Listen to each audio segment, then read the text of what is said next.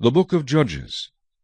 Now after the death of Joshua it came to pass that the children of Israel asked the Lord, saying, Who shall be first to go up for us against the Canaanites to fight against them? And the Lord said, Judah shall go up.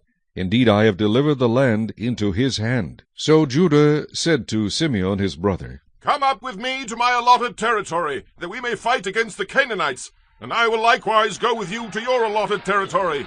And Simeon went with him. Then Judah went up, and the Lord delivered the Canaanites and the Perizzites into their hand, and they killed 10,000 men at Bezek. And they found Adoni-Bezek in Bezek, and fought against him, and they defeated the Canaanites and the Perizzites. Then Adoni-Bezek fled, and they pursued him, and caught him, and cut off his thumbs and big toes. And Adoni-Bezek said, 70 kings with their thumbs and big toes cut off used to gather scraps under my table. As I have done, so God has repaid me. Then they brought him to Jerusalem, and there he died. Now the children of Judah fought against Jerusalem, and took it. They struck it with the edge of the sword, and set the city on fire. And afterward the children of Judah went down to fight against the Canaanites who dwelt in the mountains, in the south, and in the lowland. Then Judah went against the Canaanites who dwelt in Hebron. Now the name of Hebron was formerly Kirjath-Arba, and they killed Shishai, Ahiman, and Talmai. From there they went against the inhabitants of Debir. The name of Debir was formerly Kirjath-Sepher. Then Caleb said, Whoever attacks Kirjath-Sepher and takes it, to him I will give my daughter Achsah as wife. And Othniel the son of Kenaz, Caleb's younger brother, took it. So he gave him his daughter Achsah as wife. Now it happened when she came to him that she urged him to ask her father for a field. And she dismounted from her donkey, and Caleb said to her, What do you wish? So she said to him, Give me a blessing. Since you have given me land in the south, give me also springs of water. And Caleb gave her the upper springs and the lower springs. Now the children of the Kenite, Moses' father-in-law, went up from the city of palms with the children of Judah into the wilderness of Judah, which lies in the south near Arad. And they went and dwelt among the people. And Judah went with his brother Simeon, and they attacked the Canaanites who inhabited Zephath, and utterly destroyed it. So the name of the city was called Hormah. Also Judah took Gaza with its territory, Ashkelon with its territory, and Ekron with its territory. So the Lord was with Judah, and they drove out the mountaineers, but they could not drive out the inhabitants of the lowland, because they had chariots of iron. And they gave Hebron to Caleb, as Moses had said. Then he expelled from there the 3 sons of Anak. But the children of Benjamin did not drive out the Jebusites who inhabited Jerusalem. So the Jebusites dwell with the children of Benjamin in Jerusalem to this day. And the house of Joseph also went up against Bethel, and the Lord was with them. So the house of Joseph sent men to spy out Bethel. The name of the city was formerly Luz. And when the spies saw a man coming out of the city, they said to him, Please show us the entrance to the city, and we will show you mercy. So he showed them the entrance to the city, and they struck the city with the edge of the sword. But they let the man and all his family go. And the man went to the land of the Hittites, built a city, and called its name Luz, which is its name to this day. However, Manasseh did not drive out the inhabitants of Beth-shean and its villages, or Teanath and its villages, or the inhabitants of Dor and its villages, or the inhabitants of Ibleam and its villages, or the inhabitants of Megiddo and its villages, for the Canaanites were determined to dwell in that land. And it came to pass, when Israel was strong, that they put the Canaanites under tribute, but did not completely drive them out. Nor did Ephraim drive out the Canaanites who dwelt in Gezer. So the Canaanites dwelt in Gezer among them. Nor did Zebulun drive out the inhabitants of Kitron, or the inhabitants of Nahalol. So the Canaanites dwelt among them, and were put under tribute. Nor did Asher drive out the inhabitants of Akko, or the inhabitants of Sidon, or of Alab, Akzib, Helba, Aphek, or Rehob. So the Asherites dwelt among the Canaanites, the inhabitants of the land, for they did not drive them out. Nor did Naphtali drive out the inhabitants of Beth-shemesh, or the inhabitants of Beth-anath, but they dwelt among the Canaanites, the inhabitants of the land. Nevertheless the inhabitants of Beth-shemesh and Beth-anath were put under tribute to them. And the Amorites forced the children of Dan into the mountains, for they would not allow them to come down to the valley. And the Amorites were determined to dwell on Mount Heres, in Aijalon, and in Shaalbim. Yet when the strength of the house of Joseph became greater, they were put under tribute. Now the boundary of the Amorites was from the ascent of Akrabim, from Selah and upward. Chapter 2. Then the angel of the Lord came up from Gilgal to Bochim, and said, I led you up from Egypt, and brought you to the land of which I swore to your fathers. And I said, I will never break my covenant with you, and you shall make no covenant with the inhabitants of this land. You shall tear down their altars. But you have not obeyed my voice. Why have you done this? Therefore I also said, I will not drive them out before you, but they shall be thorns in your side, and their God shall be a snare to you. So it was, when the angel of the Lord spoke these words to all the children of Israel, that the people lifted up their voices and wept. Then they called the name of that place Bochim, and they sacrificed there to the Lord. And when Joshua had dismissed the people, the children of Israel went each to his own inheritance to possess the land. So the people served the Lord all the days of Joshua, and all the days of the elders who outlived Joshua, who had seen all the great works of the Lord which he had done for Israel. Now Joshua the son of Nun, the servant of the Lord, died when he was 110 years old. And they buried him within the border of his inheritance at Timnath-Heres, in the mountains of Ephraim, on the north side of Mount Gaash. When all that generation had been gathered to their fathers, another generation arose after them, who did not know the Lord, nor the work which he had done for Israel. Then the children of Israel did evil in the sight of the Lord, and served the Baals. And they forsook the Lord God of their fathers, who had brought them out of the land of Egypt. And they followed other gods from among the gods of the people who were all around them. And they bowed down to them, and they provoked the Lord to anger. They forsook the Lord, and served Baal and the Ashtoreths. And the anger of the Lord was hot against Israel, so he delivered them into the hands of plunderers who despoiled them, and he sold them into the hands of their enemies all around, so that they could no longer stand before their enemies. Wherever they went out, the hand of the Lord was against them for calamity, as the Lord had said, and as the Lord had sworn to them, and they were greatly distressed. Nevertheless the Lord raised up judges, who delivered them out of the hand of those who plundered them. Yet they would not listen to their judges, but they played the harlot with other gods, and bowed down to them. They turned quickly from the way in which their fathers walked, in obeying the commandments of the Lord. They did not do so. And when the Lord raised up judges for them, the Lord was with the judge, and delivered them out of the hand of their enemies all the days of the judge. For the Lord was moved to pity by their groaning, because of those who oppressed them and harassed them. And it came to pass, when the judge was dead, that they reverted and behaved more corruptly than their fathers, by following other gods, to serve them and bow down to them. They did not cease from their own doings, nor from their stubborn way. Then the anger of the Lord was hot against Israel, and he said, Because this nation has transgressed my covenant which I commanded their fathers, and has not heeded my voice, I also will no longer drive out before them any of the nations which Joshua left when he died, so that through them I may test Israel, whether they will keep the ways of the Lord, to walk in them as their fathers kept them, or not. Therefore the Lord left those nations without driving them out immediately, nor did he deliver them into the hand of Joshua. Chapter 3. Now these are the nations which the Lord left, that he might test Israel by them, that is, all who had not known any of the wars in Canaan.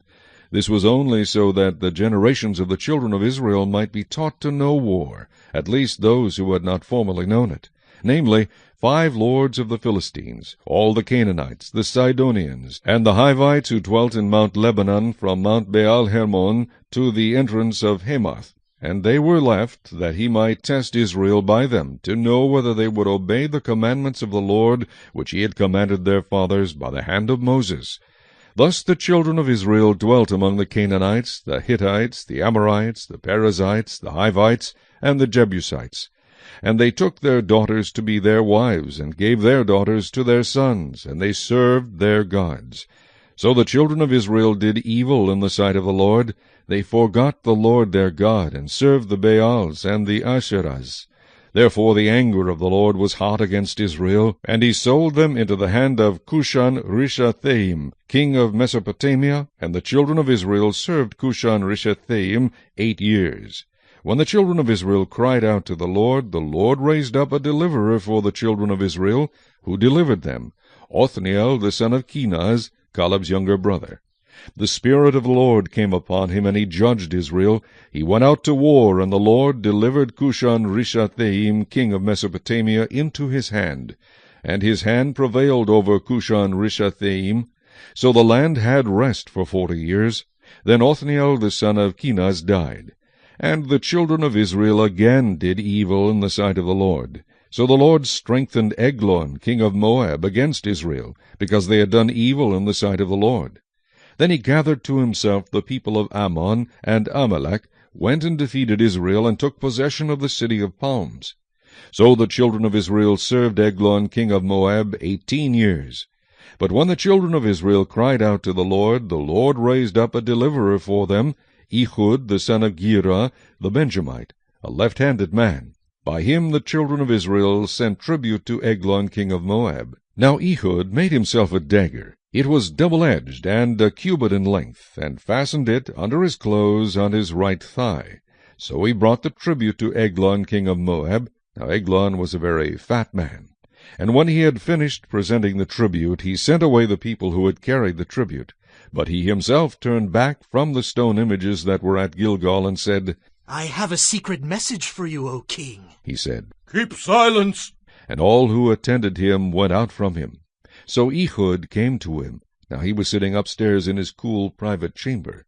Then Ehud said, "I have a message from God for you." So he arose from his seat. Then Ehud reached with his left hand, took the dagger from his right thigh, and thrust it into his belly. Even the hilt went in after the blade, and the fat closed over the blade, for he did not draw the dagger out of his belly, and his entrails came out. Then Ehud went out through the porch, and shut the doors of the upper room behind him, and locked them. When he had gone out, Eglon's servants came to look, and to their surprise the doors of the upper room were locked. So they said, He is probably attending to his needs in the cool chamber. So they waited till they were embarrassed, and still had not opened the doors of the upper room. Therefore they took the key and opened them, and there was their master, fallen dead on the floor. But Ehud had escaped while they delayed, and passed beyond the stone images, and escaped to Seirah. And it happened, when he arrived, that he blew the trumpet in the mountains of Ephraim, and the children of Israel went down with him from the mountains, and he led them. Then he said to them, "Follow me, for the Lord has delivered your enemies, the Moabites, into your hand." So they went down after him, seized the fords of the Jordan leading to Moab, and did not allow anyone to cross over. And at that time they killed about 10,000 men of Moab, all stout men of valor. Not a man escaped. So Moab was subdued that day under the hand of Israel, and the land had rest for 80 years. After him was Shamgar the son of Anath, who killed 600 men of the Philistines with an ox goad, and he also delivered Israel. Chapter 4. When Ehud was dead, the children of Israel again did evil in the sight of the Lord. So the Lord sold them into the hand of Jabin king of Canaan, who reigned in Hazor. The commander of his army was Sisera, who dwelt in Harosheth Hagoyim. And the children of Israel cried out to the Lord. For Jabin had 900 chariots of iron, and for 20 years he had harshly oppressed the children of Israel. Now Deborah, a prophetess, the wife of Lapidoth, was judging Israel at that time. And she would sit under the palm tree of Deborah between Ramah and Bethel in the mountains of Ephraim. And the children of Israel came up to her for judgment.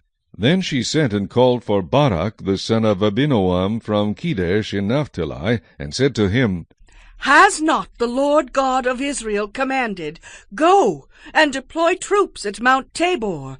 Take with you 10,000 men of the sons of Naphtali and of the sons of Zebulun, and against you I will deploy Sisera, the commander of Jabin's army, with his chariots and his multitude at the river Kishon, and I will deliver him into your hand.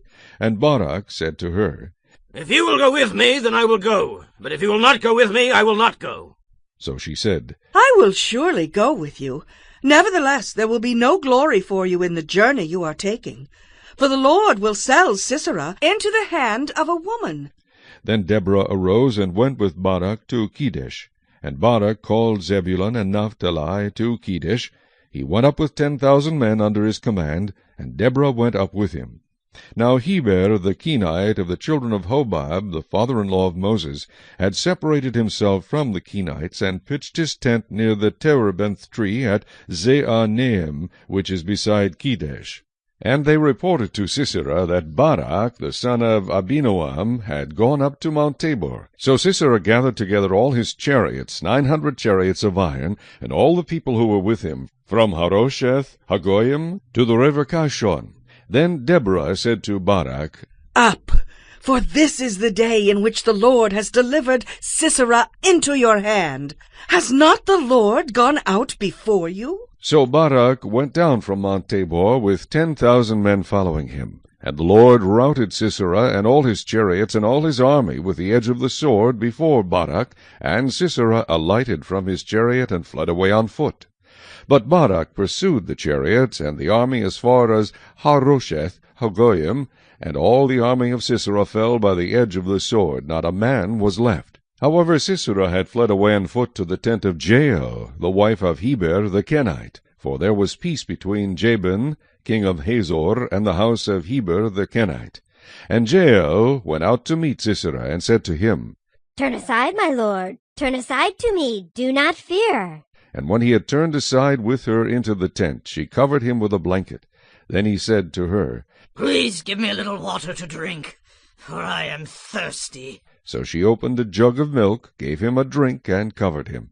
And he said to her, "Stand at the door of the tent, and if any man comes and inquires of you and says, 'Is there any man here?' you shall say no." Then Jael, Heber's wife, took a tent peg, and took a hammer in her hand, and went softly to him, and drove the peg into his temple. And it went down into the ground, for he was fast asleep and weary. So he died. And then, as Barak pursued Sisera, Jael came out to meet him, and said to him, "Come, I will show you the man whom you seek." And when he went into her tent, there lay Sisera dead with the peg in his temple. So on that day God subdued Jabin king of Canaan in the presence of the children of Israel. And the hand of the children of Israel grew stronger and stronger against Jabin king of Canaan, until they had destroyed Jabin king of Canaan. Chapter 5. Then Deborah and Barak the son of Abinoam sang on that day, saying, When leaders lead in Israel, when the people willingly offer themselves, bless the Lord. Hear, O kings, give ear, O princes. I, even I, will sing to the Lord. I will sing praise to the Lord God of Israel. Lord, when you went out from Seir, when you marched from the field of Edom, the earth trembled and the heavens poured. The clouds also poured water. The mountains gushed before the Lord. This Sinai before the Lord God of Israel. In the days of Shamgar, son of Aneth, in the days of Jael, the highways were deserted, and the travelers walked along the byways. Village life ceased. It ceased in Israel, until I, Deborah, arose a mother in Israel. They chose new gods.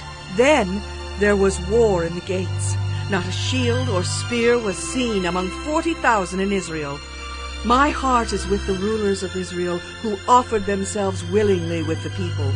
Bless the Lord. Speak, you who ride on white donkeys, who sit in judges' attire, and who walk along the road, far from the noise of the archers, among the watering places. There they shall recount the righteous acts of the Lord, the righteous acts for his villagers in Israel.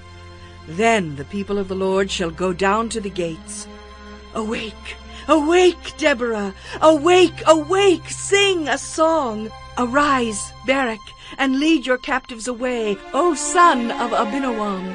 Then the survivors came down, the people against the nobles. The Lord came down for me against the mighty. From Ephraim were those whose roots were in Amalek. After you, Benjamin, with your peoples from Machir, rulers came down, and from Zebulun those who bear the recruiter's staff. And the princes of Issachar were with Deborah. As Issachar, so was Barak sent into the valley under his command. Among the divisions of Reuben there were great resolves of heart. Why did you sit among the sheepfolds to hear the pipings for the flocks? The divisions of Reuben have great searchings of heart. Gilead stayed beyond the Jordan. And why did Dan remain on ships? Asher continued at the seashore and stayed by his inlets. Zebulun is a people who jeopardize their lives to the point of death. Naphtali also on the heights of the battlefield. The kings came and fought. Then the kings of Canaan fought in Taanach by the waters of Megiddo. They took no spoils of silver. They fought from the heavens. The stars from their courses fought against Sisera. The torrent of Kishon swept them away, that ancient torrent, the torrent of Kishon. O my soul, march on in strength. Then the horse's hooves pounded, the galloping of his steeds. Curse Meroz, said the angel of the Lord. Curse its inhabitants bitterly, because they did not come to the help of the Lord, to the help of the Lord against the mighty. Most blessed among women is Jael, the wife of Heber the Kenite. Blessed is she among women in tents. He asked for water, she gave milk. She brought out cream in a lordly bowl. She stretched her hand to the tent peg, her right hand to the workman's hammer. She pounded Sisera. She pierced his head. She split and struck through his temple. At her feet he sank. He fell. He lay still. At her feet he sank. He fell. Where he sank, there he fell dead. The mother of Sisera looked through the window and cried out through the lattice. Why is his chariot so long in coming? Why tarries the clatter of his chariots? Her wisest ladies answered her. Yes, she answered herself. Are they not finding and dividing the spoil? To every man a girl or two.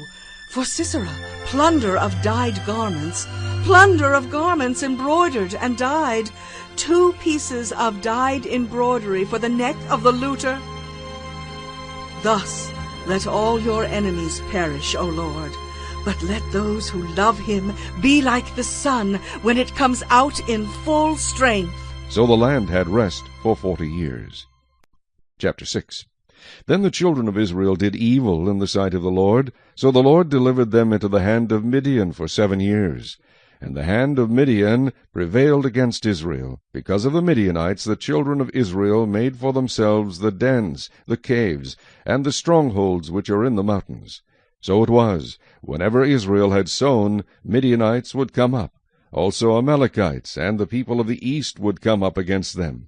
Then they would encamp against them and destroy the produce of the earth as far as Gaza, and leave no sustenance for Israel, neither sheep nor ox nor donkey, for they would come up with their livestock and their tents, coming in as numerous as locusts. Both they and their camels were without number, and they would enter the land to destroy it. So Israel was greatly impoverished because of the Midianites, and the children of Israel cried out to the Lord. And it came to pass, when the children of Israel cried out to the Lord because of the Midianites, that the Lord sent a prophet to the children of Israel, who said to them, Thus says the Lord God of Israel, I brought you up from Egypt, and brought you out of the house of bondage. And I delivered you out of the hand of the Egyptians, and out of the hand of all who oppressed you, and drove them out before you, and gave you their land.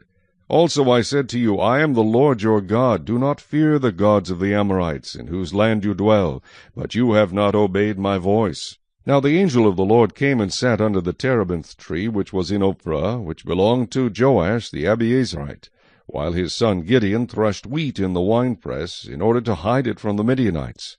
And the angel of the Lord appeared to him, and said to him, The Lord is with you, you mighty man of valor. Gideon said to him, O my Lord, if the Lord is with us, why then has all this happened to us? And where are all his miracles which our fathers told us about, saying, Did not the Lord bring us up from Egypt? But now the Lord has forsaken us and delivered us into the hands of the Midianites. Then the Lord turned to him and said, Go in this might of yours, and you shall save Israel from the hand of the Midianites. Have I not sent you? So he said to him, "O my lord, how can I save Israel? Indeed, my clan is the weakest in Manasseh, and I am the least in my father's house." And the Lord said to him, "Surely I will be with you, and you shall defeat the Midianites as one man."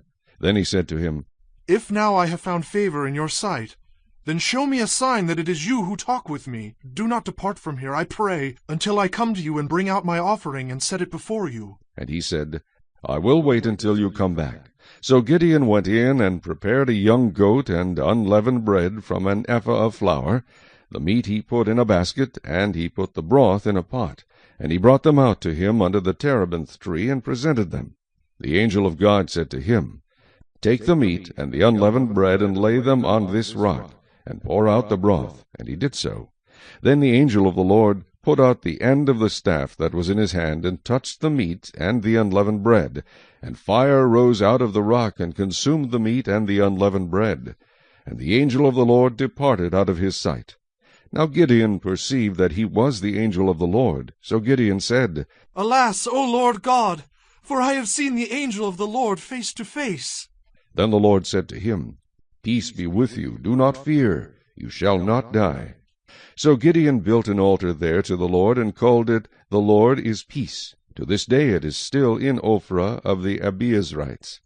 Now it came to pass the same night that the Lord said to him, "Take your father's young bull, the second bull of 7 years old, and tear down the altar of Baal that your father has, and cut down the wooden image that is beside it, and build an altar to the Lord your God on top of this rock in the proper arrangement. And take the second bull, and offer a burnt sacrifice with the wood of the image which you shall cut down."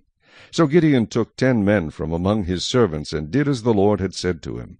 But because he feared his father's household and the men of the city too much to do it by day, he did it by night.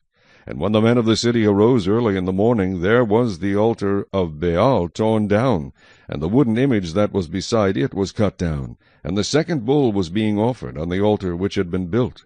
So they said to one another, "Who has done this thing?" And when they had inquired and asked, they said, "Gideon the son of Joash has done this thing." Then the men of the city said to Joash, "Bring out your son that he may die, because he has torn down the altar of Baal, and because he has cut down the wooden image that was beside it."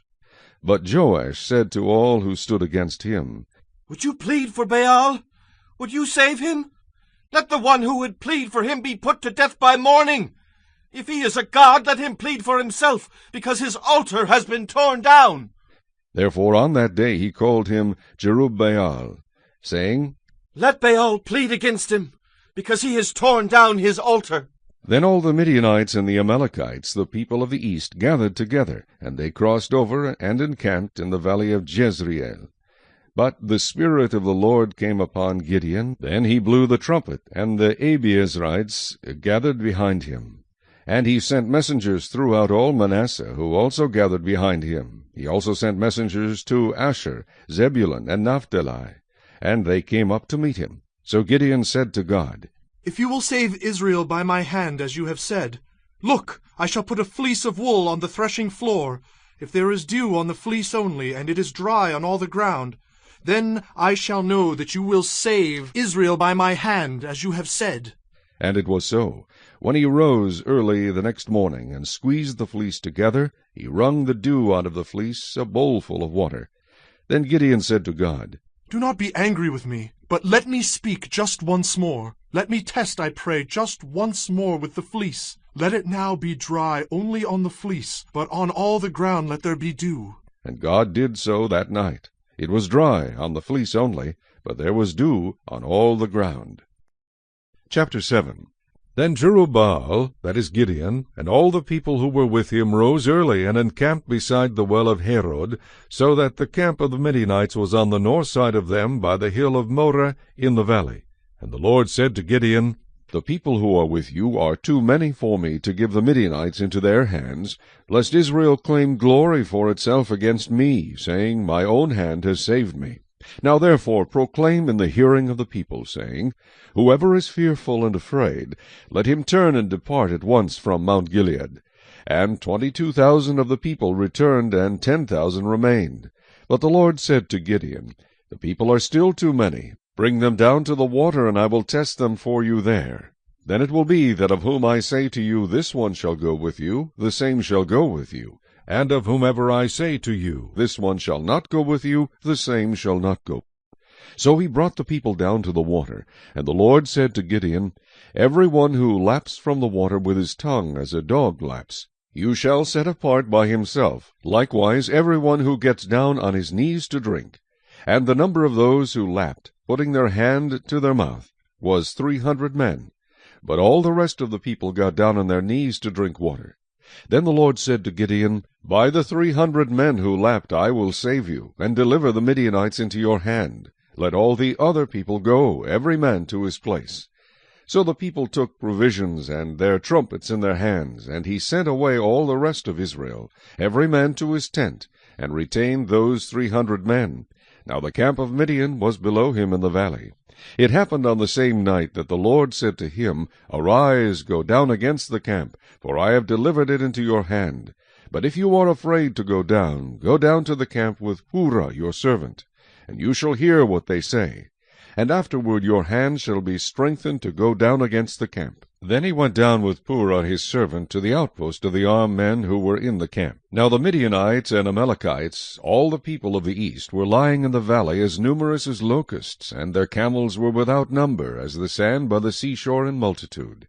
And when Gideon had come, there was a man telling a dream to his companion. He said, I have had a dream. To my surprise, a loaf of barley bread tumbled into the camp of Midian. It came to a tent and struck it, so that it fell and overturned, and the tent collapsed.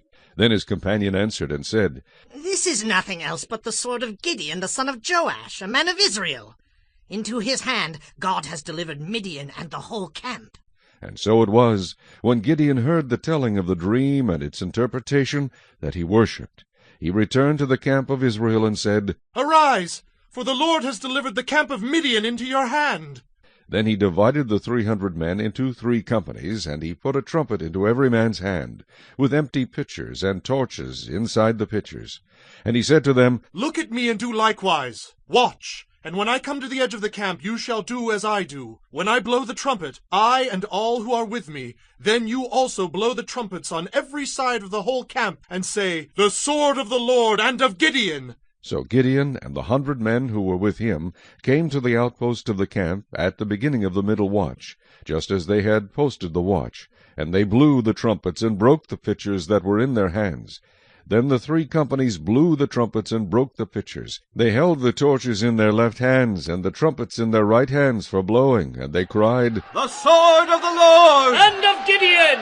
And every man stood in his place all around the camp. And the whole army ran and cried out and fled. When the 300 blew the trumpets, the Lord set every man's sword against his companion throughout the whole camp. And the army fled to Beth-Acacia, toward Zeredah, as far as the border of Abel-Meholah by Tabbath. And the men of Israel gathered together from Naphtali, Asher, and all Manasseh, and pursued the Midianites. Then Gideon sent messengers throughout all the mountains of Ephraim, saying, Come down against the Midianites, and seize from them the watering places as far as Beth-Barah and the Jordan. And all the men of Ephraim gathered together and seized the watering places as far as Beth-Barah and the Jordan. And they captured 2 princes of the Midianites, Oreb and Zeeb. They killed Oreb at the rock of Oreb, and Zeeb they killed at the winepress of Zeeb. They pursued Midian and brought the heads of Oreb and Zeeb to Gideon on the other side of the Jordan. Chapter 8. Now the Ephraimites asked Gideon, Why have you treated us like this? Why didn't you call us when you went to fight Midian? And they criticized him sharply. But he answered them, What have I accomplished compared to you? Aren't the gleanings of Ephraim's grapes better than the full grape harvest of Abiezer? God gave Oreb and Zeeb, the Midianite leaders, into your hands. What was I able to do compared to you? At this, their resentment against him subsided. Gideon and his 300 men, exhausted yet keeping up the pursuit, came to the Jordan and crossed it. He said to the men of Succoth, Give my troops some bread. They are worn out, and I am still pursuing Zebah and Zalmunna, the kings of Midian. But the officials of Succoth said, Do you already have the hands of Zebah and Zalmunna in your possession? Why should we give bread to your troops? Then Gideon replied, Just for that. when the Lord has given Zebah and Zalmunna into my hand. I will tear your flesh with desert thorns and briars." From there he went up to Peniel, and made the same request of them. But they answered as the men of Succoth had. So he said to the men of Peniel, "When I return in triumph, I will tear down this tower." Now Zebah and Zalmunna were in Karkor with a force of about 15,000 men, all that were left of the armies of the eastern peoples. 120,000 swordsmen had fallen. Gideon went up by the route of the nomads east of Nobah and Jogbehah, and fell upon the unsuspecting army. Zebah and Zalmunna, the two kings of Midian, fled, but he pursued them and captured them, routing their entire army. Gideon, son of Joash, then returned from the battle by the pass of Heres. He caught a young man of Succoth and questioned him, and the young man wrote down for him the names of the 77 officials of Succoth, the elders of the town. Then Gideon came and said to the men of Succoth, "Here are Zebah and Zalmunna, about whom you taunted me by saying, 'Do you already have the hands of Zebah and Zalmunna in your possession? Why should we give bread to your exhausted men?'" He took the elders of the town and taught the men of Succoth a lesson by punishing them with desert thorns and briars. He also pulled down the tower of Peniel and killed the men of the town. Then he asked Zebah and Zalmunna, "What kind of men did you kill at Tabor?" "Men like you," they answered, "each one with the bearing of a prince." Gideon replied, "Those were my brothers, the sons of my own mother. As surely as the Lord lives, if you had spared their lives, I would not kill you." Turning to Jether, his oldest son, he said, "Kill them." But Jether did not draw his sword, because he was only a boy and was afraid. Zebah and Zalmunna said, "Come, do it yourself. As is the man, so is his strength." So Gideon stepped forward and killed them, and took the ornaments off their camels' necks. The Israelites said to Gideon, "Rule over us, you, your son, and your grandson, because you have saved us out of the hand of Midian." But Gideon told them, "I will not rule over you, nor will my son rule over you. The Lord will rule over you." And he said, "I do have one request, that each of you give me an earring from your share of the plunder." It was the custom of the Ishmaelites to wear gold earrings. They answered, "We'll be glad to give them." So they spread out a garment, and each man threw a ring from his plunder onto it. The weight of the gold rings he asked for came to 1,700 shekels, not counting the ornaments, the pendants, and the purple garments worn by the kings of Midian, or the chains that were on their camels' necks. Gideon made the gold into an ephod, which he placed in Ophrah, his town. All Israel prostituted themselves by worshipping it there, and it became a snare to Gideon and his family. Thus Midian was subdued before the Israelites and did not raise its head again. During Gideon's lifetime, the land enjoyed peace 40 years. Jerubbaal, son of Joash, went back home to live. He had 70 sons of his own, for he had many wives. His concubine, who lived in Shechem, also bore him a son, whom he named Abimelech. Gideon, son of Joash, died at a good old age, and was buried in the tomb of his father Joash in Ophrah of the Abiezrites. No sooner had Gideon died than the Israelites again prostituted themselves to the Baals. They set up Baal-berith as their god, and did not remember the Lord their God, who had rescued them from the hands of all their enemies on every side. They also failed to show kindness to the family of Jerubbaal, that is Gideon, for all the good things he had done for them. Chapter 9. Abimelech, son of Jerubbaal, went to his mother's brothers in Shechem, and said to them and to all his mother's clan, "Ask all the citizens of Shechem, which is better for you, to have all 70 of Jerubbaal's sons rule over you, or just one man? Remember, I am your flesh and blood." When the brothers repeated all this to the citizens of Shechem, they were inclined to follow Abimelech, for they said, "He is our brother." They gave him 70 shekels of silver from the temple of Baal-berith, and Abimelech used it to hire reckless adventurers, who became his followers. He went to his father's home in Ophrah, and on one stone murdered his 70 brothers, the sons of Jerubbaal. But Jotham, the youngest son of Jerubbaal, escaped by hiding. Then all the citizens of Shechem and Beth Millo gathered beside the great tree at the pillar in Shechem, to crown Abimelech king. When Jotham was told about this, he climbed up on the top of Mount Gerizim and shouted to them, "Listen to me, citizens of Shechem, so that God may listen to you. One day the trees went out to anoint a king for themselves. They said to the olive tree, 'Be our king.' But the olive tree answered, 'Should I give up my oil by which both gods and men are honored to hold sway over the trees?' Next the trees said to the fig tree, 'Come and be our king.'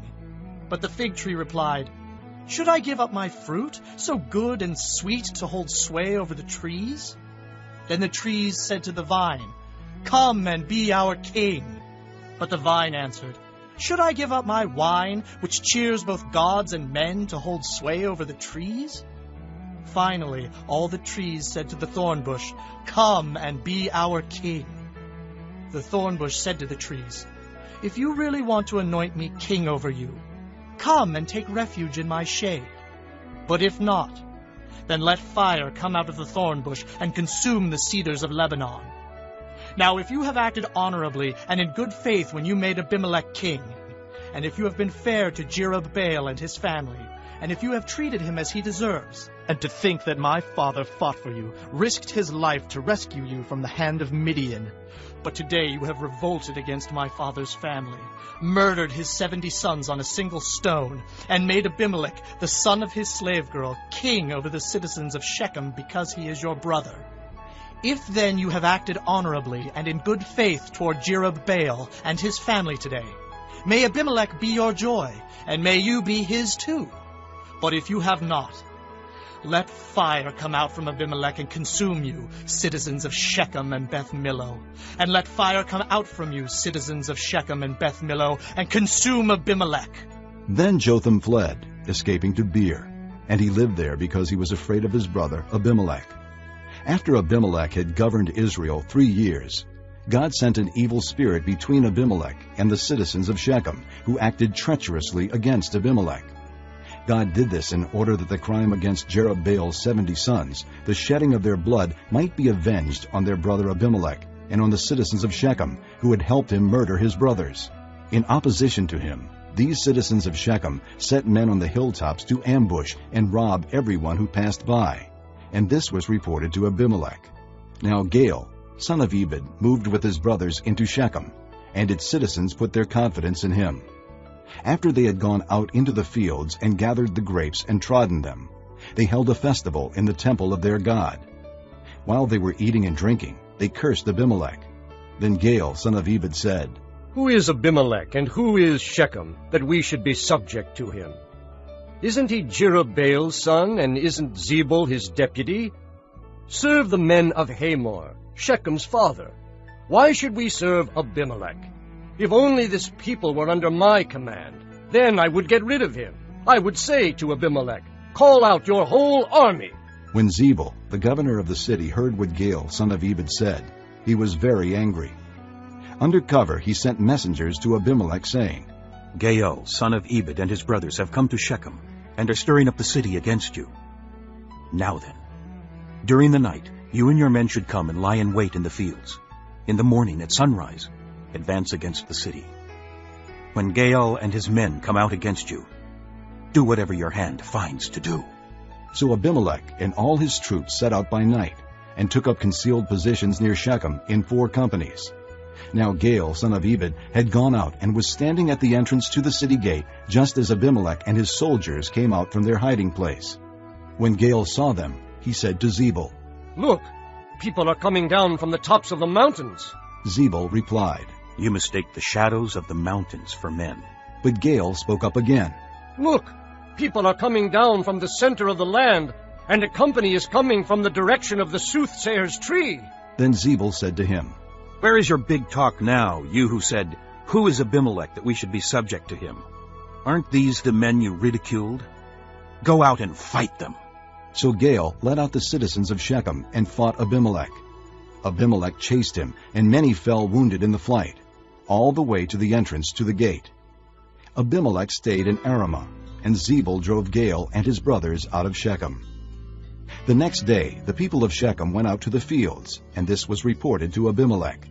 So he took his men, divided them into 3 companies, and set an ambush in the fields. When he saw the people coming out of the city, he rose to attack them. Abimelech and the companies with him rushed forward to a position at the entrance to the city gate. Then 2 companies rushed upon those in the fields and struck them down. All that day Abimelech pressed his attack against the city until he had captured it and killed its people. Then he destroyed the city and scattered salt over it. On hearing this, the citizens in the tower of Shechem went into the stronghold of the temple of El-Berith. When Abimelech heard that they had assembled there, he and all his men went up Mount Zalmon. He took an axe and cut off some branches, which he lifted to his shoulders. He ordered the men with him, "Quick, do what you have seen me do." So all the men cut branches and followed Abimelech. They piled them against the stronghold and set it on fire over the people inside. So all the people in the tower of Shechem, about 1,000 men and women, also died. Next, Abimelech went to Thebez and besieged it and captured it. Inside the city, however, was a strong tower, to which all the men and women, all the people of the city, fled. They locked themselves in and climbed up on the tower roof. Abimelech went to the tower and stormed it. But as he approached the entrance to the tower to set it on fire, a woman dropped an upper millstone on his head and cracked his skull. Hurriedly, he called to his armor-bearer, "Draw your sword and kill me, so that they can't say, 'A woman killed him.'" So his servant ran him through, and he died. When the Israelites saw that Abimelech was dead, they went home. Thus God repaid the wickedness that Abimelech had done to his father by murdering his 70 brothers. God also made the men of Shechem pay for all their wickedness. The curse of Jotham, son of Jerubbaal, came on them. This concludes Disc 14. Chapter 10. After Abimelech there arose to save Israel Tola, the son of Puah, the son of Dodo, a man of Issachar, and he dwelt in Shamir, in the mountains of Ephraim. He judged Israel 23 years, and he died and was buried in Shamir. After him arose Jair, a Gileadite, and he judged Israel 22 years. Now he had 30 sons who rode on 30 donkeys. They also had 30 towns, which are called Havoth Jair to this day, which are in the land of Gilead. And Jair died and was buried in Camon. Then the children of Israel again did evil in the sight of the Lord, and served the Baals and the Ashtoreths, the gods of Syria, the gods of Sidon, the gods of Moab, the gods of the people of Ammon, and the gods of the Philistines, and they forsook the Lord and did not serve him. So the anger of the Lord was hot against Israel, and he sold them into the hands of the Philistines and into the hands of the people of Ammon. From that year they harassed and oppressed the children of Israel for 18 years. All the children of Israel who were on the other side of the Jordan in the land of the Amorites in Gilead. Moreover, the people of Ammon crossed over the Jordan to fight against Judah also, against Benjamin, and against the house of Ephraim, so that Israel was severely distressed. And the children of Israel cried out to the Lord, saying, We have sinned against you, because we have both forsaken our God and served the Baals. So the Lord said to the children of Israel, Did I not deliver you from the Egyptians, and from the Amorites, and from the people of Ammon, and from the Philistines? Also the Sidonians, and Amalekites, and Maonites oppressed you, and you cried out to me, and I delivered you from their hand. Yet you have forsaken me, and served other gods. Therefore I will deliver you no more. Go and cry out to the gods which you have chosen. Let them deliver you in your time of distress. And the children of Israel said to the Lord, We have sinned. Do to us whatever seems best to you. Only deliver us this day, we pray. So they put away the foreign gods from among them, and served the Lord, and his soul could no longer endure the misery of Israel. Then the people of Ammon gathered together and encamped in Gilead. And the children of Israel assembled together and encamped in Mizpah. And the people, the leaders of Gilead, said to one another, Who is the man who will begin the fight against the people of Ammon? He shall be head over all the inhabitants of Gilead. Chapter 11. Now Jephthah the Gileadite was a mighty man of valor, but he was the son of a harlot. And Gilead begot Jephthah. Gilead's wife bore sons, and when his wife's sons grew up, they drove Jephthah out, and said to him, You shall have no inheritance in our father's house, for you are the son of another woman. Then Jephthah fled from his brothers and dwelt in the land of Tob, and worthless men banded together with Jephthah, and went out raiding with him.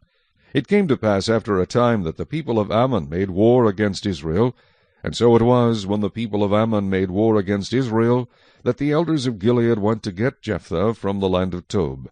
Then they said to Jephthah, Come and be our commander, that we may fight against the people of Ammon. So Jephthah said to the elders of Gilead, Did you not hate me and expel me from my father's house? Why have you come to me now when you are in distress? And the elders of Gilead said to Jephthah, That is why we have turned again to you now, that you may go with us and fight against the people of Ammon, and be our head over all the inhabitants of Gilead. So Jephthah said to the elders of Gilead, If you take me back home to fight against the people of Ammon, and the Lord delivers them to me, shall I be your head? And the elders of Gilead said to Jephthah, The Lord will be a witness between us, if we do not do according to your words. Then Jephthah went with the elders of Gilead, and the people made him head and commander over them. And Jephthah spoke all his words before the Lord in Mizpah. Now Jephthah sent messengers to the king of the people of Ammon, saying, What do you have against me, that you have come to fight against me in my land? And the king of the people of Ammon answered the messengers of Jephthah, Because Israel took away my land when they came up out of Egypt, from the Arnon as far as the Jabbok and to the Jordan. Now, therefore, restore those lands peaceably. So Jephthah again sent messengers to the king of the people of Ammon, and said to him, Thus says Jephthah, Israel did not take away the land of Moab, nor the land of the people of Ammon. For when Israel came up from Egypt, they walked through the wilderness as far as the Red Sea, and came to Kadesh. Then Israel sent messengers to the king of Edom, saying, Please let me pass through your land. But the king of Edom would not heed. And in like manner they sent to the king of Moab, but he would not consent. So Israel remained in Kadesh.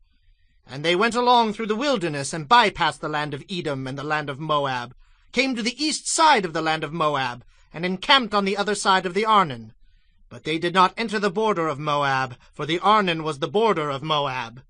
Then Israel sent messengers to Sihon, king of the Amorites, king of Heshbon. And Israel said to him, Please let us pass through your land into our place. But Sihon did not trust Israel to pass through his territory. So Sihon gathered all his people together, encamped in Jahaz, and fought against Israel. And the Lord God of Israel delivered Sihon and all his people into the hand of Israel, and they defeated them. Thus Israel gained possession of all the land of the Amorites, who inhabited that country. They took possession of all the territory of the Amorites, from the Arnon to the Jabbok, and from the wilderness to the Jordan.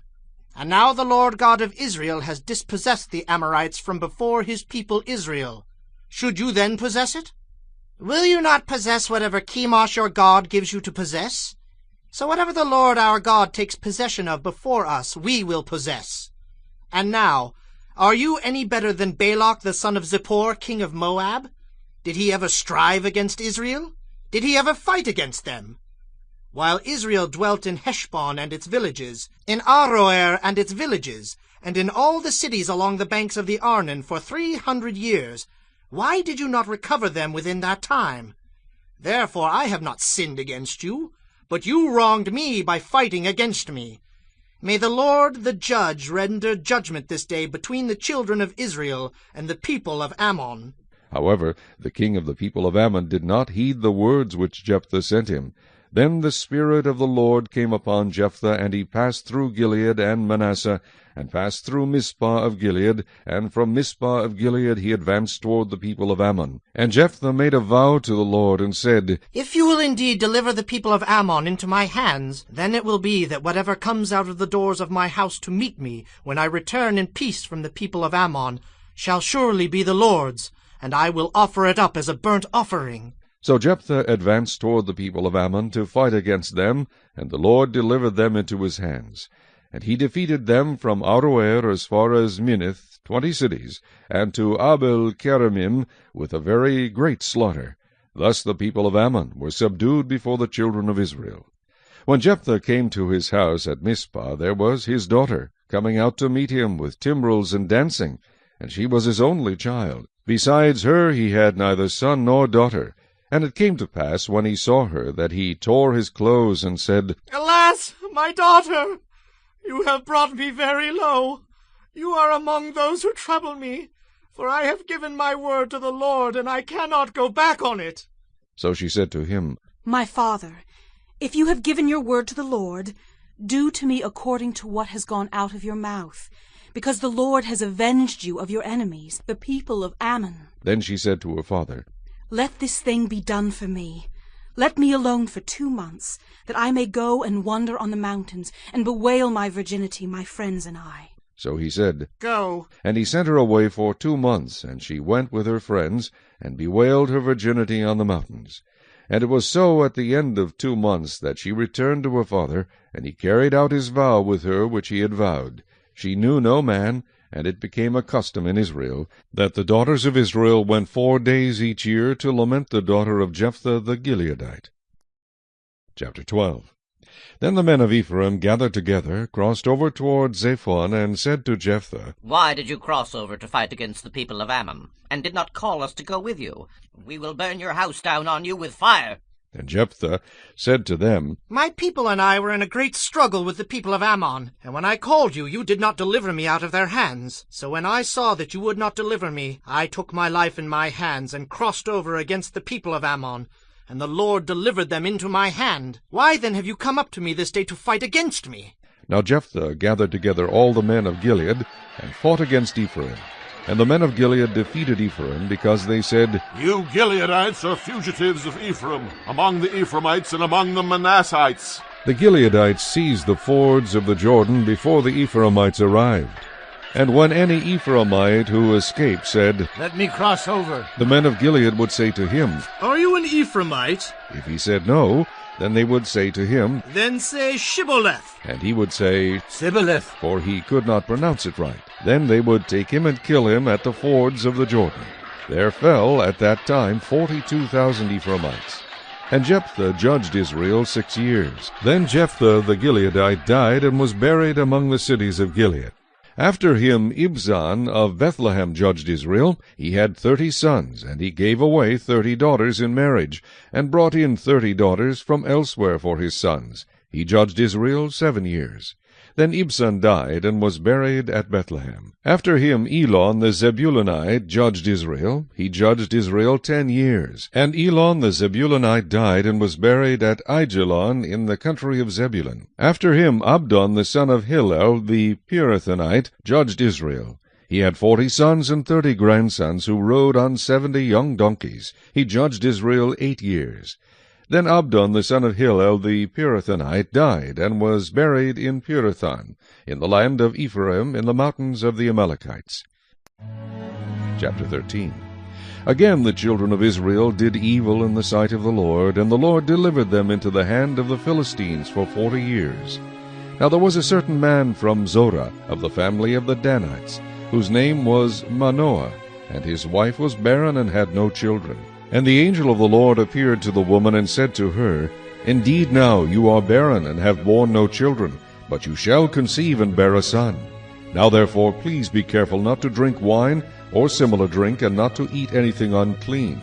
For behold, you shall conceive and bear a son, and no razor shall come upon his head. For the child shall be a Nazarite to God from the womb, and he shall begin to deliver Israel out of the hand of the Philistines. So the woman came and told her husband, saying, A man of God came to me, and his countenance was like the countenance of the angel of God, very awesome. But I did not ask him where he was from, and he did not tell me his name. And he said to me, Behold, you shall conceive and bear a son. Now drink no wine or similar drink, nor eat anything unclean. For the child shall be a Nazarite to God from the womb to the day of his death. Then Manoah prayed to the Lord, and said, O my Lord, please let the man of God whom you sent come to us again, and teach us what we shall do for the child who will be born. And God listened to the voice of Manoah, and the angel of God came to the woman again, as she was sitting in the field. But Manoah her husband was not with her. Then the woman ran in haste, and told her husband, and said to him, Look, the man who came to me the other day has just now appeared to me. So Manoah arose and followed his wife. When he came to the man, he said to him, Are you the man who spoke to this woman? And he said, I am. Manoah said, Now let your words come to pass. What will be the boy's rule of life and his work? So the angel of the Lord said to Manoah, Of all that I said to the woman, let her be careful. She may not eat anything that comes from the vine, nor may she drink wine or similar drink, nor eat anything unclean. All that I commanded her, let her observe. Then Manoah said to the angel of the Lord, Please let us detain you, and we will prepare a young goat for you. And the angel of the Lord said to Manoah, Though you detain me, I will not eat your food. But if you offer a burnt offering, you must offer it to the Lord. For Manoah did not know he was the angel of the Lord. Then Manoah said to the angel of the Lord, What is your name, that when your words come to pass we may honor you? And the angel of the Lord said to him, Why do you ask my name, seeing it is wonderful? So Manoah took the young goat with the grain offering, and offered it upon the rock to the Lord. And he did a wondrous thing while Manoah and his wife looked on. It happened as the flame went up toward heaven from the altar. The angel of the Lord ascended in the flame of the altar. When Manoah and his wife saw this, they fell on their faces to the ground. When the angel of the Lord appeared no more to Manoah and his wife, then Manoah knew that he was the angel of the Lord. And Manoah said to his wife, We shall surely die because we have seen God. But his wife said to him, If the Lord had desired to kill us, he would not have accepted a burnt offering and a grain offering from our hands. Nor would he have shown us all these things, nor would he have told us such things as these at this time. So the woman bore a son, and called his name Samson. And the child grew, and the Lord blessed him. And the Spirit of the Lord began to move upon him at Mechaneh-dan, between Zorah and Eshtaol. Chapter 14. Now Samson went down to Timnah, and saw a woman in Timnah of the daughters of the Philistines. So he went up and told his father and mother, saying, I have seen a woman in Timnah of the daughters of the Philistines. Now, therefore, get her for me as a wife. Then his father and mother said to him, Is there no woman among the daughters of your brethren, or among all my people, that you must go and get a wife from the uncircumcised Philistines? And Samson said to his father, Get her for me, for she pleases me well. But his father and mother did not know that it was of the Lord, that he was seeking an occasion to move against the Philistines, for at that time the Philistines had dominion over Israel. So Samson went down to Timnah with his father and mother, and came to the vineyards of Timnah. Now to his surprise a young lion came roaring against him, and the Spirit of the Lord came mightily upon him, and he tore the lion apart as one would have torn apart a young goat, though he had nothing in his hand. But he did not tell his father or his mother what he had done. Then he went down and talked with the woman, and she pleased Samson well. After some time, when he returned to get her, he turned aside to see the carcass of the lion, and behold, a swarm of bees and honey were in the carcass of the lion. He took some of it in his hands, and went along eating. When he came to his father and mother, he gave some to them, and they also ate. But he did not tell them that he had taken the honey out of the carcass of the lion. So his father went down to the woman, and Samson gave a feast there, for young men used to do so. And it happened, when they saw him, that they brought 30 companions to be with him. Then Samson said to them, Let me pose a riddle to you. If you can correctly solve and explain it to me within the 7 days of the feast, then I will give you 30 linen garments and 30 changes of clothing. But if you cannot explain it to me, then you shall give me 30 linen garments and 30 changes of clothing. And they said to him, Pose your riddle that we may hear it. So he said to them, Out of the eater came something to eat, and out of the strong came something sweet. Now for 3 days they could not explain the riddle, but it came to pass on the 7th day that they said to Samson's wife, Entice your husband, that he may explain the riddle to us, or else we will burn you and your father's house with fire. Have you invited us in order to take what is ours? Is that not so? Then Samson's wife wept on him and said, You only hate me. You do not love me. You have posed a riddle to the sons of my people, but you have not explained it to me. And he said to her, Look, I have not explained it to my father or my mother, so should I explain it to you? Now she had wept on him the 7 days while their feast lasted, And it happened on the seventh day that he told her, because she pressed him so much. Then she explained the riddle to the sons of her people. So the men of the city said to him on the seventh day before the sun went down, "What is sweeter than honey, and what is stronger than a lion?" And he said to them, "If you had not plowed with my heifer, you would not have solved my riddle." Then the Spirit of the Lord came upon him mightily, and he went down to Ashkelon and killed 30 of their men, took their apparel, and gave the changes of clothing to those who had explained the riddle. So his anger was aroused, and he went back up to his father's house. And Samson's wife was given to his companion, who had been his best man. Chapter 15.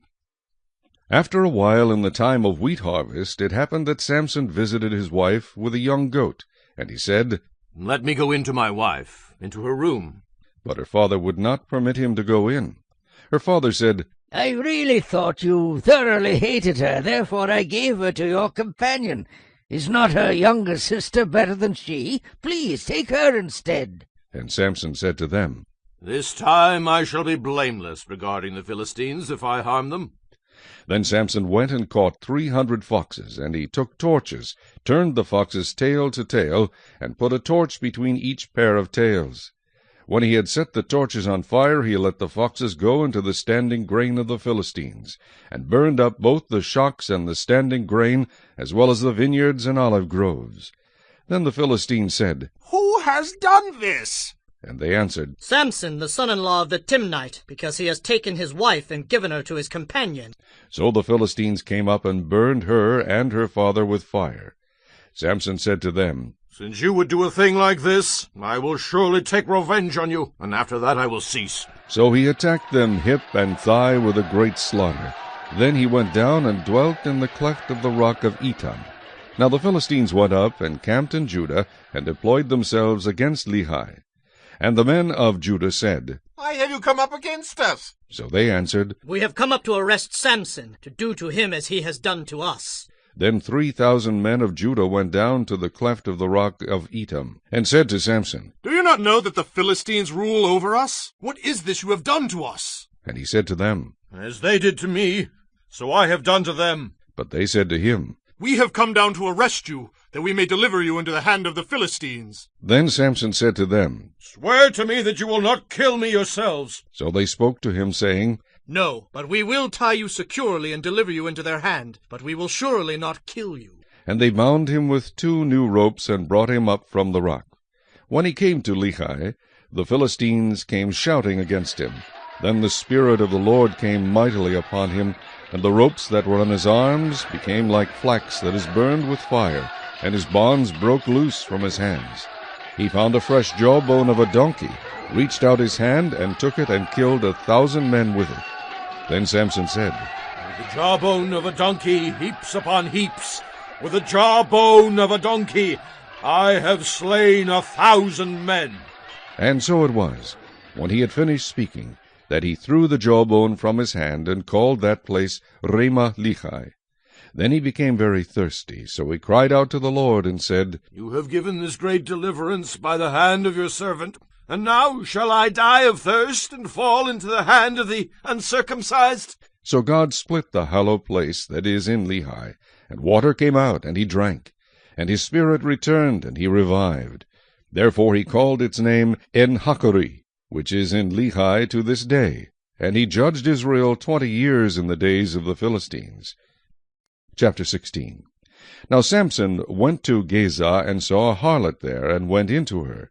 When the Gazites were told, "Samson has come here!" they surrounded the place, and lay in wait for him all night at the gate of the city.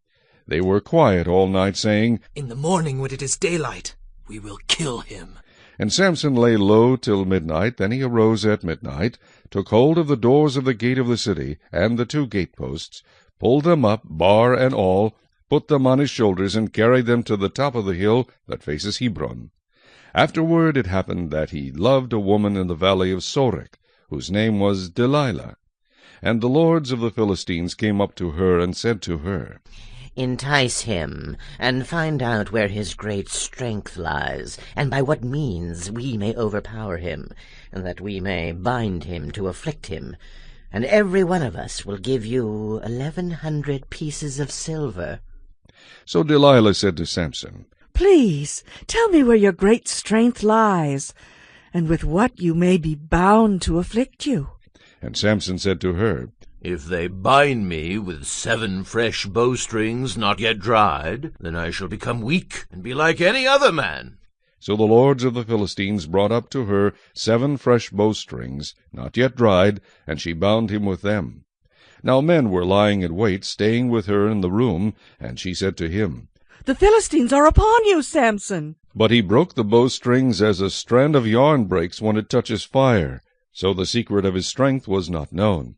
Then Delilah said to Samson, Look, you have mocked me and told me lies. Now, please tell me what you may be bound with. So he said to her, If they bind me securely with new ropes that have never been used, then I shall become weak and be like any other man. Therefore Delilah took new ropes and bound him with them, and said to him, The Philistines are upon you, Samson. And men were lying in wait, staying in the room. But he broke them off, his arms like a thread.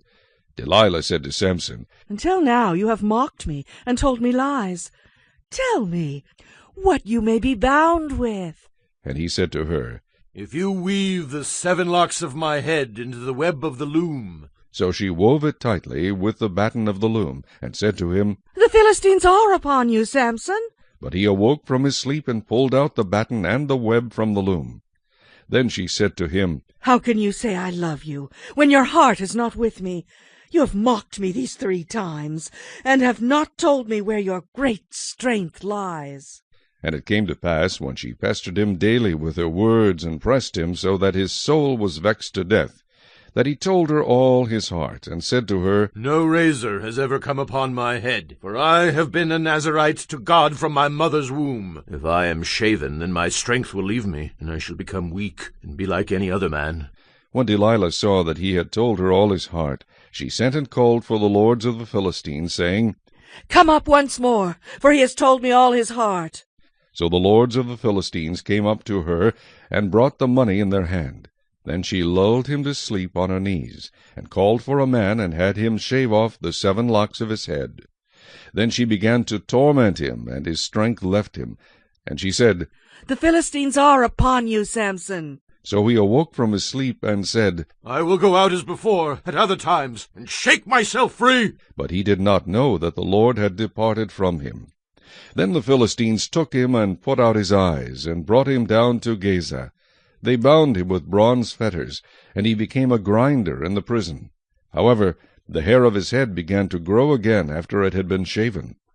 Now the lords of the Philistines gathered together to offer a great sacrifice to Dagon, their god, and to rejoice. And they said, Our God has delivered into our hands Samson, our enemy. When the people saw him, they praised their God, for they said, Our God has delivered into our hands our enemy, a destroyer of our land, and the one who multiplied our dead. So it happened, when their hearts were merry, that they said, Call for Samson, that he may perform for us. So they called for Samson from the prison, and he performed for them, and they stationed him between the pillars. Then Samson said to the lad who held him by the hand, Let me feel the pillars which support the temple, so that I can lean on them. Now the temple was full of men and women. All the lords of the Philistines were there, about 3,000 men and women on the roof, watching while Samson performed. Then Samson called to the Lord, saying, O Lord God, remember me, I pray. Strengthen me, I pray, just this once, O God, that I may with one blow take vengeance on the Philistines for my 2 eyes. And Samson took hold of the 2 middle pillars which supported the temple, and he braced himself against them, one on his right and the other on his left. Then Samson said, Let me die with the Philistines. And he pushed with all his might, and the temple fell on the lords and all the people who were in it. So the dead that he killed at his death were more than he had killed in his life. And his brothers and all his father's household came down and took him, and brought him up and buried him between Zorah and Eshtaol in the tomb of his father Manoah. He had judged Israel 20 years. Chapter 17. Now there was a man from the mountains of Ephraim whose name was Micah, and he said to his mother, The 1,100 shekels of silver that were taken from you, and on which you put a curse, even saying it in my ears, Here is the silver with me, I took it. And his mother said, May you be blessed by the Lord, my son. So when he had returned the 1,100 shekels of silver to his mother said, I had wholly dedicated the silver from my hand to the Lord for my son, to make a carved image and a molded image. Now, therefore, I will return it to you. Thus he returned the silver to his mother. Then his mother took 200 shekels of silver, and gave them to the silversmith, and he made it into a carved image and a molded image, and they were in the house of Micah. The man Micah had a shrine, and made an ephod and household idols, and he consecrated one of his sons, who became his priest. In those days there was no king in Israel. Every one did what was right in his own eyes. Now there was a young man from Bethlehem in Judah, of the family of Judah. He was a Levite, and was staying there. The man departed from the city of Bethlehem in Judah to stay wherever he could find a place. Then he came to the mountains of Ephraim, to the house of Micah, as he journeyed. And Micah said to him, Where do you come from? So he said to him, I am a Levite from Bethlehem in Judah, and I am on my way to find a place to stay. Micah said to him, Dwell with me, and be a father and a priest to me, and I will give you 10 shekels of silver per year, a suit of clothes, and your sustenance. So the Levite went in. Then the Levite was content to dwell with the man, and the young man became like one of his sons to him. So Micah consecrated the Levite, and the young man became his priest, and lived in the house of Micah. Then Micah said, Now I know that the Lord will be good to me, since I have a Levite as priest. Chapter 18. In those days there was no king in Israel, and in those days the tribe of the Danites was seeking an inheritance for itself to dwell in. For until that day their inheritance among the tribes of Israel had not fallen to them. So the children of Dan sent 5 men of their family from their territory, men of valor from Zorah and Eshtaol, to spy out the land and search it. They said to them, Go, search the land. So they went to the mountains of Ephraim, to the house of Micah, and lodged there. While they were at the house of Micah, they recognized the voice of the young Levite. They turned aside and said to him, Who brought you here? What are you doing in this place? What do you have here? He said to them, Thus and so Micah did for me. He has hired me, and I have become his priest. So they said to him, Please inquire of God, that we may know whether the journey on which we go will be prosperous. And the priest said to them, Go in peace. The presence of the Lord be with you on your way. So the 5 men departed and went to Laish. They saw the people who were there, how they dwelt safely in the manner of the Sidonians, quiet and secure. There were no rulers in the land who might put them to shame for anything. They were far from the Sidonians, and they had no ties with anyone. Then the spies came back to their brethren at Zorah and Eshtaol, and their brethren said to them, What is your report? So they said, Arise, let us go up against them, for we have seen the land, and indeed it is very good. Would you do nothing? Do not hesitate to go and enter to possess the land. When you go, you will come to a secure people and a large land, for God has given it into your hands, a place where there is no lack of anything that is on the earth. And 600 men of the family of the Danites went from there, from Zorah and Eshtaol, armed with weapons of war. Then they went up and encamped in Kirjath-jearim in Judah. Therefore they call that place Mechaneh Dan to this day. There it is, west of Kirjath-jearim. And they passed from there to the mountains of Ephraim, and came to the house of Micah.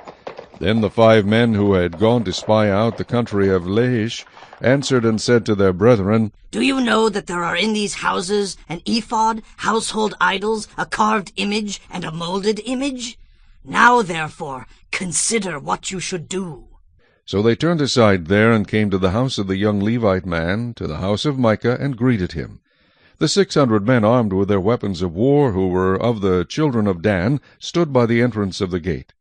Then the 5 men who had gone to spy out the land went up. Entering there, they took the carved image, the ephod, the household idols, and the molded image. The priest stood at the entrance of the gate with the 600 men who were armed with weapons of war. When these went into Micah's house and took the carved image, the ephod, the household idols, and the molded image, the priest said to them, What are you doing?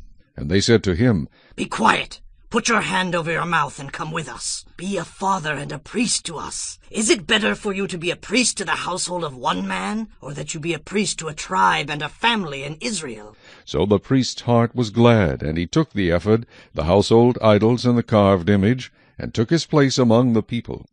Then they turned and departed, and put the little ones, the livestock, and the goods in front of them.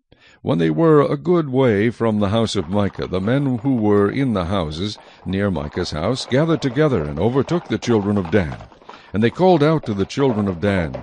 So they turned around and said to Micah, "What ails you that you have gathered such a company?" So he said, "You have taken away my gods which I made, and the priest, and you have gone away. Now what more do I have? How can you say to me, what ails you?" And the children of Dan said to him, "Do not let your voice be heard among us, lest angry men fall upon you, and you lose your life with the lives of your household." Then the children of Dan went their way. And when Micah saw that they were too strong for him, he turned and went back to his house. So they took the things Micah had made, and the priest who had belonged to him, and went to Laish, to a people quiet and secure. And they struck them with the edge of the sword, and burned the city with fire. There was no deliverer, because it was far from Sidon, and they had no ties with anyone. It was in the valley that belongs to Beth-rehob. So they rebuilt the city and dwelt there. And they called the name of the city Dan, after the name of Dan their father, who was born to Israel. However, the name of the city formerly was Laish. Then the children of Dan set up for themselves the carved image, and Jonathan the son of Gershom, the son of Manasseh, and his sons were priests to the tribe of Dan until the day of the captivity of the land. So they set up for themselves Micah's carved image, which he made all the time that the house of God was in Shiloh. Chapter 19. And it came to pass in those days, when there was no king in Israel, that there was a certain Levite staying in the remote mountains of Ephraim. He took for himself a concubine from Bethlehem in Judah. But his concubine played the harlot against him, and went away from him to her father's house at Bethlehem in Judah, and was there 4 whole months. Then her husband arose and went after her, to speak kindly to her, and bring her back, having his servant and a couple of donkeys with him. So she brought him into her father's house, and when the father of the young woman saw him, he was glad to meet him. Now his father-in-law, the young woman's father, detained him, and he stayed with him 3 days. So they ate and drank and lodged there. Then it came to pass on the 4th day that they arose early in the morning, and he stood to depart. But the young woman's father said to his son-in-law, "Refresh your heart with a morsel of bread, and afterward go your way." So they sat down, and the 2 of them ate and drank together. Then the young woman's father said to the man, "Please be content to stay all night, and let your heart be merry." And when the man stood to depart, his father-in-law urged him, so he lodged there again. Then he arose early in the morning on the 5th day to depart. But the young woman's father said, "Please refresh your heart." So they delayed until afternoon, and both of them ate. And when the man stood to depart, he and his concubine and his servant, his father-in-law, the young woman's father, said to him, "Look, the day is now drawing toward evening. Please spend the night. See, the day is coming to an end. Lodge here, that your heart may be merry. Tomorrow go your way early, so that you may get home." However, the man was not willing to spend that night. So he rose and departed, and came to opposite Jebus, that is, Jerusalem. With him were the 2 saddled donkeys. His concubine was also with him. They were near Jebus, and the day was far spent, and the servant said to his master, "Come, please, and let us turn aside into this city of the Jebusites and lodge in it." But his master said to him, "We will not turn aside here into a city of foreigners, who are not of the children of Israel. We will go on to Gibeah." So he said to his servant, "Come, let us draw near to one of these places, and spend the night in Gibeah, or in Ramah." And they passed by and went their way, and the sun went down on them near Gibeah, which belongs to Benjamin. They turned aside there to go in to lodge in Gibeah, and when he went in, he sat down in the open square of the city, for no one would take them into his house to spend the night.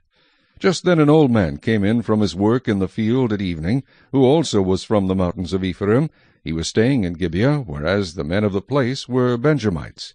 And when he raised his eyes, he saw the traveller in the open square of the city. The old man said, "Where are you going, and where do you come from?" So he said to him, "We are passing from Bethlehem in Judah toward the remote mountains of Ephraim. I am from there. I went to Bethlehem in Judah. Now I am going to the house of the Lord. But there is no one who will take me into his house. Although we have both straw and fodder for our donkeys, and bread and wine for myself, for your female servant, and for the young man who is with your servant, there is no lack of anything." And the old man said, "Peace be with you.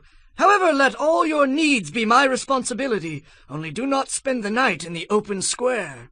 So he brought him into his house, and gave fodder to the donkeys, and they washed their feet, and ate and drank. As they were enjoying themselves, suddenly certain men of the city, perverted men, surrounded the house, and beat on the door. They spoke to the master of the house, the old man, saying, Bring out the man who came to your house, that we may know him carnally.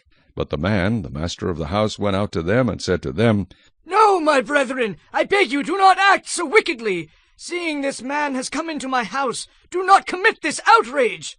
Look, here is my virgin daughter and the man's concubine. Let me bring them out now.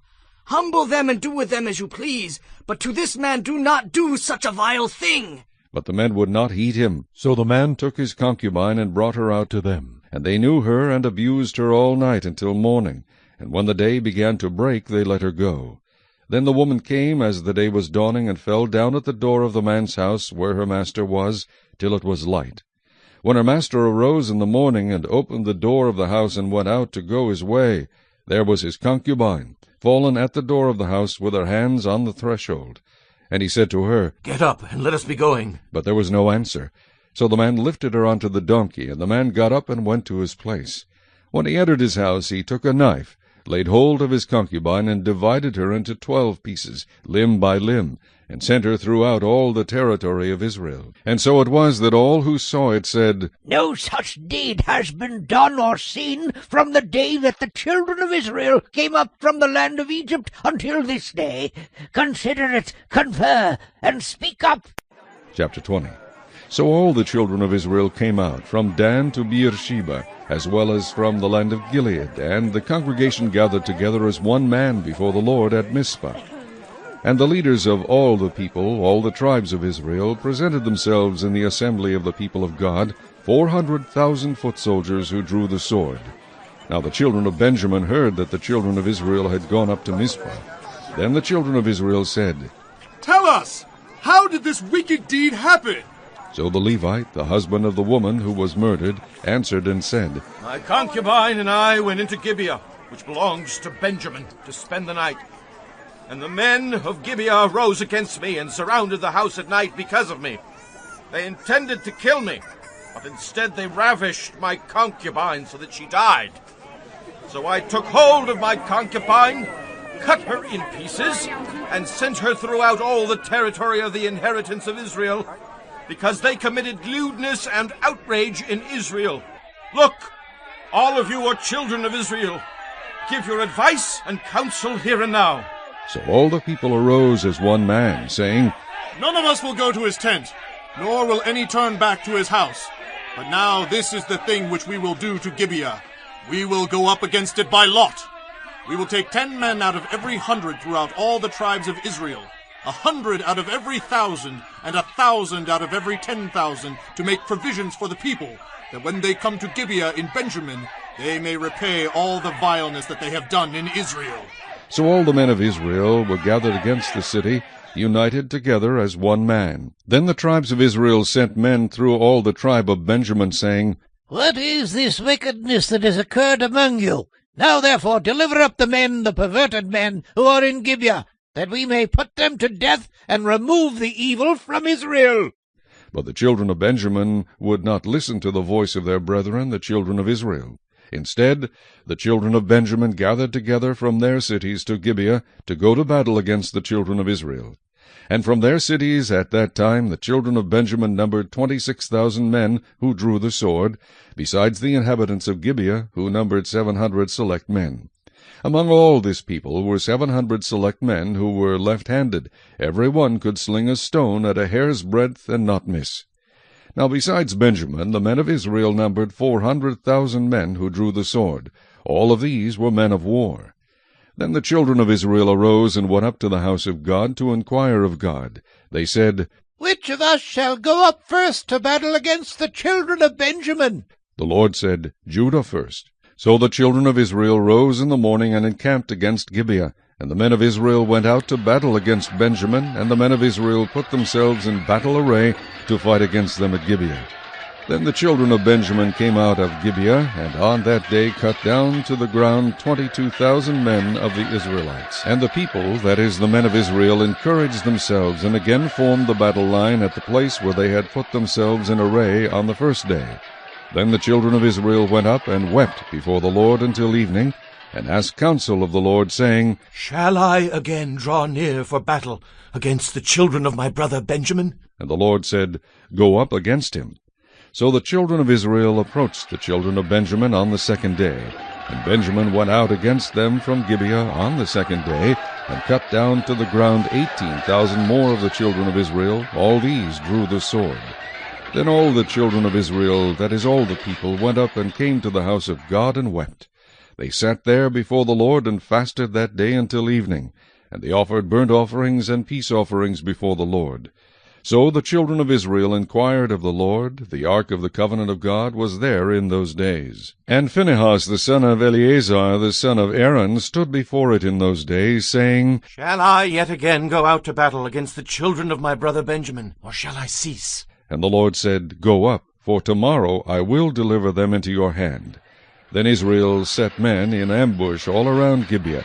And the children of Israel went up against the children of Benjamin on the third day, and put themselves in battle array against Gibeah, as at the other times.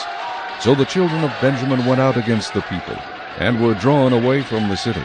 They began to strike down and kill some of the people, as at the other times, in the highways, one of which goes up to Bethel, and the other to Gibeah, and in the field about 30 men of Israel. And the children of Benjamin said, They are defeated before us as at first. But the children of Israel said, Let us flee and draw them away from the city to the highways. So all the men of Israel rose from their place and put themselves in battle array at Baal Tamar. Then Israel's men in ambush burst forth from their position in the plain of Geba. And 10,000 select men from all Israel came against Gibeah, and the battle was fierce. But the Benjamites did not know that disaster was upon them. The Lord defeated Benjamin before Israel, and the children of Israel destroyed that day 25,100 Benjamites. All these drew the sword. So the children of Benjamin saw that they were defeated. The men of Israel had given ground to the Benjamites, because they relied on the men in ambush whom they had set against Gibeah. And the men in ambush quickly rushed upon Gibeah. The men in ambush spread out and struck the whole city with the edge of the sword. Now the appointed signal between the men of Israel and the men in ambush was that they would make a great cloud of smoke rise up from the city, whereupon the men of Israel would turn in battle. Now Benjamin had begun to strike and kill about 30 of the men of Israel, for they said, Surely they are defeated before us, as in the first battle. But when the cloud began to rise from the city in a column of smoke, the Benjamites looked behind them, and there was the whole city going up in smoke to heaven. And when the men of Israel turned back, the men of Benjamin panicked, for they saw that disaster had come upon them. Therefore they turned their backs before the men of Israel in the direction of the wilderness. But the battle overtook them, and whoever came out of the cities they destroyed in their midst. They surrounded the Benjamites, chased them, and easily trampled them down as far as the front of Gibeah toward the east. And 18,000 men of Benjamin fell. All these were men of valor. Then they turned and fled toward the wilderness to the rock of Rimmon, and they cut down 5,000 of them on the highways. Then they pursued them relentlessly up to Gidom, and killed 2,000 of them. So all who fell of Benjamin that day were 25,000 men who drew the sword. All these were men of valor. But 600 men turned and fled toward the wilderness to the rock of Rimmon, and they stayed at the rock of Rimmon for 4 months. And the men of Israel turned back against the children of Benjamin, and struck them down with the edge of the sword, from every city, men and beasts, all who were found. They also set fire to all the cities they came to. Chapter 21. Now the men of Israel had sworn an oath at Mizpah, saying, None of us shall give his daughter to Benjamin as a wife. Then the people came to the house of God, and remained there before God till evening. They lifted up their voices, and wept bitterly, and said, O Lord God of Israel, why has this come to pass in Israel? That today there should be one tribe missing in Israel. So it was, on the next morning, that the people rose early and built an altar there, and offered burnt offerings and peace offerings. The children of Israel said, Who is there among all the tribes of Israel who did not come up with the assembly to the Lord? For they had made a great oath concerning anyone who had not come up to the Lord at Mizpah, saying, He shall surely be put to death. And the children of Israel grieved for Benjamin their brother, and said, One tribe is cut off from Israel today. What shall we do for wives for those who remain, seeing we have sworn by the Lord that we will not give them our daughters as wives? And they said, What one is there from the tribes of Israel who did not come up to Mizpah to the Lord? And in fact no one had come to the camp from Jabesh-Gilead to the assembly. For when the people were counted, indeed no one of the inhabitants of Jabesh-Gilead was there. So the congregation sent out there 12,000 of their most valiant men, and commanded them, saying, Go and strike the inhabitants of Jabesh-Gilead with the edge of the sword, including the women and children. And this is the thing that you shall do. You shall utterly destroy every male and every woman who has known the man intimately. So they found among the inhabitants of Jabesh-Gilead 400 young virgins who had not known a man intimately. And they brought them to the camp at Shiloh, which is in the land of Canaan. Then the whole congregation sent word to the children of Benjamin, who were at the rock of Rimmon, and announced peace to them. So Benjamin came back at that time, and they gave them the women, whom they had saved alive of the women of Jabesh-Gilead, and yet they had not found enough for them. And the people grieved for Benjamin, because the Lord had made a void in the tribes of Israel. Then the elders of the congregation said, What shall we do for wives for those who remain, since the women of Benjamin have been destroyed? And they said, There must be an inheritance for the survivors of Benjamin, that a tribe may not be destroyed from Israel. However, we cannot give them wives from our daughters, for the children of Israel have sworn an oath, saying, Cursed be the one who gives a wife to Benjamin. Then they said, In fact, there is a yearly feast of the Lord in Shiloh, which is north of Bethel, on the east side of the highway that goes up from Bethel to Shechem, and south of Lebonah. Therefore they instructed the children of Benjamin, saying, Go lie in wait in the vineyards and watch, and just when the daughters of Shiloh come out to perform their dances, then come out from the vineyards, and every man catch a wife for himself from the daughters of Shiloh.